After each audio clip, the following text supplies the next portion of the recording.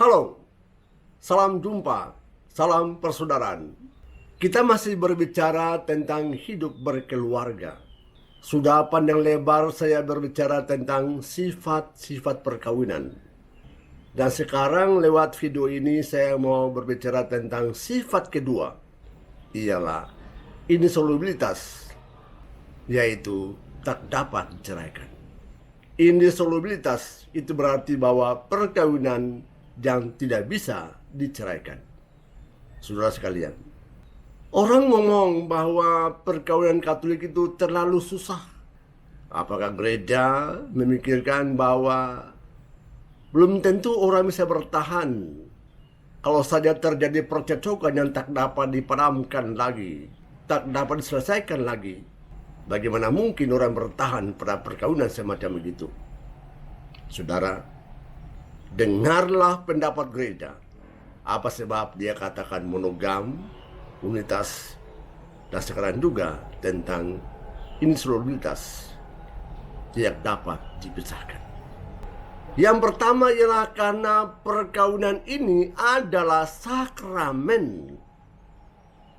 Bukan sekedar pertemuan antara dua insan, dua manusia yang suka sama suka.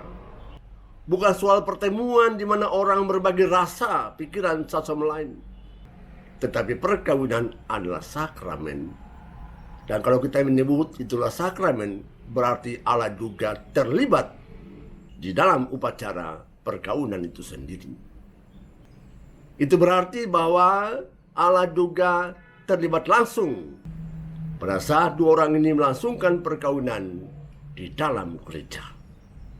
Saudara sekalian, kita coba mengecek apa alasan fundamental sehingga gereja mempertahankan indissolubilitas itu. Yang pertama, ingatlah kata-kata Yesus, apa yang Allah sudah persatukan, janganlah manusia mencerai-beraikan. Bacalah pada Matius bab 19 ayat 6. Tuhan hadir pada saat pelangsungan perkawinan supaya dia mau berkati keluarga baru ini. Dia mau mengukuhkan keluarga ini. Dia mau merahmati keluarga ini. Dia mempersatukan dua orang ini. Hidup bersama-sama sebagai suami istri. Tinggal bersama-sama sebagai suami istri. Agar mengalami karya Allah di dalam keluarganya. Luar biasa karya Tuhan. Bahkan Yesus juga menambahkan, kalau kau yang sudah bersatu dengan suamimu atau juga dengan istrimu, kalau kau tinggalkan suamimu atau istrimu ini dan pergi kepada perempuan lain atau laki-laki lain, berarti kau berzina. Dan itu berarti kau melakukan perbuatan-perbuatan kotor, perbuatan dosa di mata Tuhan. Kau mencemarkan, kau menghancurkan pribadi yang bersangkutan. Bahkan kau juga jatuh dosa karena kau menghancurkan pribadimu sendiri yang begitu mulia di mata Allah. Saudara sekalian, Allah mau menguduskan keluarga ini. Allah mau supaya keluarga ini hidup suci dan murni di mata Dia, agar mereka berdua sungguh-sungguh kokoh dan kuat membangun keluarganya yang diharapkan berbahagia.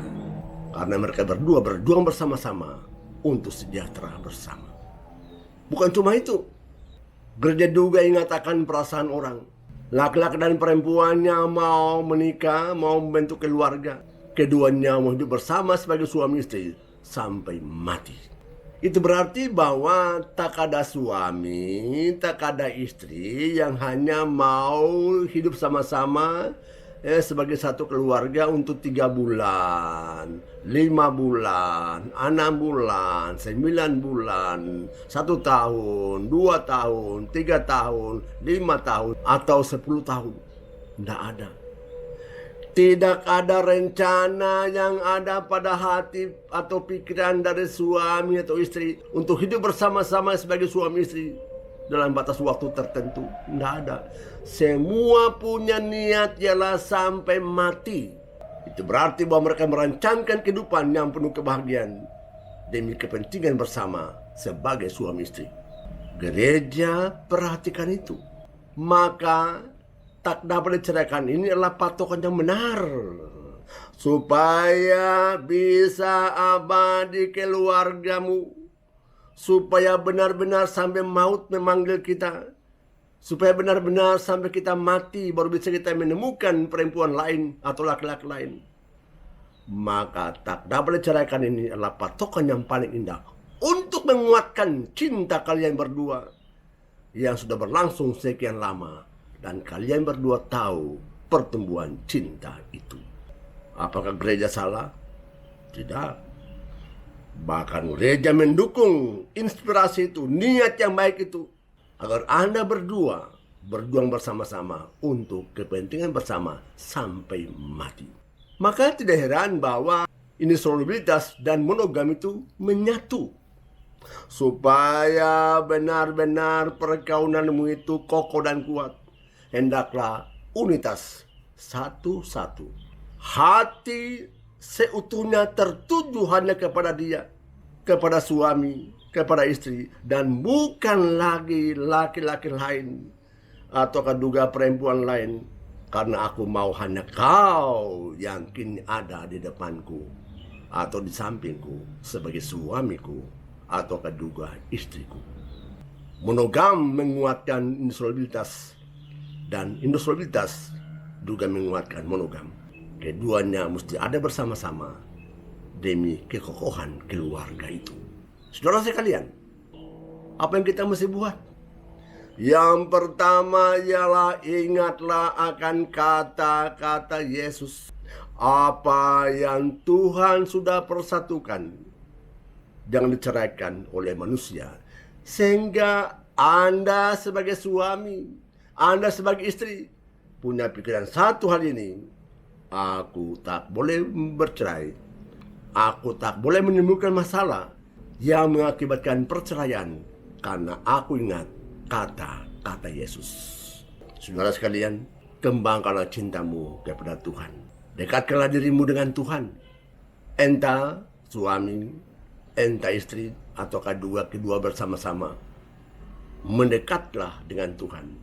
Dan Anda berdua diberkati, karena Allah mencintai Anda berdua.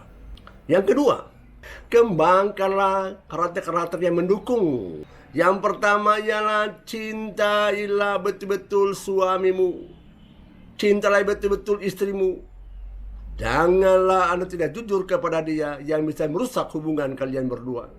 Jaga baik-baik kepercayaan yang suami berikan atau juga istri berikan. Karena kalau sampai tidak dipercaya lagi, hancurlah keluargamu. Kembangkanlah kesabaran pada dirimu. Lepaskanlah emosi yang bisa mengganggu hubungan kalian berdua. Kuasailah emosi Anda. Karena kesabaran mendatangkan keuntungan untuk kalian. Jangan sombong. Jangan main kuasa. Karena itu berbahaya, Anda bisa melukai batin orang lain. Bersikaplah rendah hati, saling menunjang. Sebagai dua orang yang mau ada bersama-sama demi kepentingan bersama. Untuk keluarga yang berbahagia, keluarga yang sejahtera. Kembangkanlah belas kasih pada diri Anda. Kelemah lembutan itu juga dasar besar yang membantu kita membangun bersama keluarga menuju keluarga yang sejahtera, keluarga berbahagia yang Anda cita-citakan. Janganlah Anda bermain kekerasan dalam keluargamu. Jangan bentak istri, jangan pukul istri. Kasihan dia juga pribadi, bahwa orang tuanya menyerahkan dia kepadamu, kepada suami, karena dia percaya Anda bisa mendampingi dia menjadi istri yang baik dan ibu yang baik bagi putra putri, bagi anak-anakmu. Juga janganlah kasar kepada suamimu, berkata sopan kepada dia. Dia juga butuh dihormati, dihargai. Boleh pikiran berbeda-beda, tetapi jangan saling memarahi. Keluarga suami menyerahkan putranya kepada engkau istri, karena mereka percaya kau juga bisa mendampingi suamimu menjadi suami yang baik dan bapak yang baik dalam keluarga. Yang ketiga, dengan adanya insolabilitas ini, maka Anda tidak bisa lagi berpikir bahwa nanti kita bisa bercerai. Tidak bisa lagi. Anda punya pikiran satu hal inilah kita mesti hidup bersama-sama sampai mati.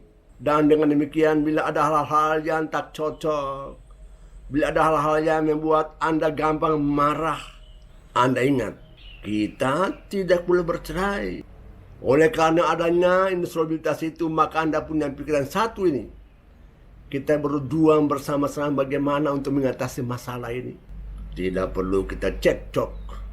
Dengan begitu, ada hal-hal yang betul-betul mengganggu. Dia akan mencoba cari jalan keluar lewat dialog, komunikasi satu sama lain untuk menemukan manakah jalan keluar yang terbaik untuk kepentingan kita berdua dalam membangun keluarga dan sejahtera bersama-sama. Ini solidaritas sungguh-sungguh membuat kita menyadari betapa pentingnya kita berkorban satu sama lain. Betapa pentingnya kita saling menghargai. Betapa pentingnya kita menghormati satu sama lain. Dan betapa pentingnya kita mau berkorban demi kepentingan bersama-sama. Karena itu kepada Bapak Ibu yang selama ini memiliki keluarga yang damai, yang rukun, bersyukurlah kepada Tuhan. Tingkatkanlah kualitas yang bisa membuat Anda mengalami benar-benar kehadiran Allah dalam keluargamu.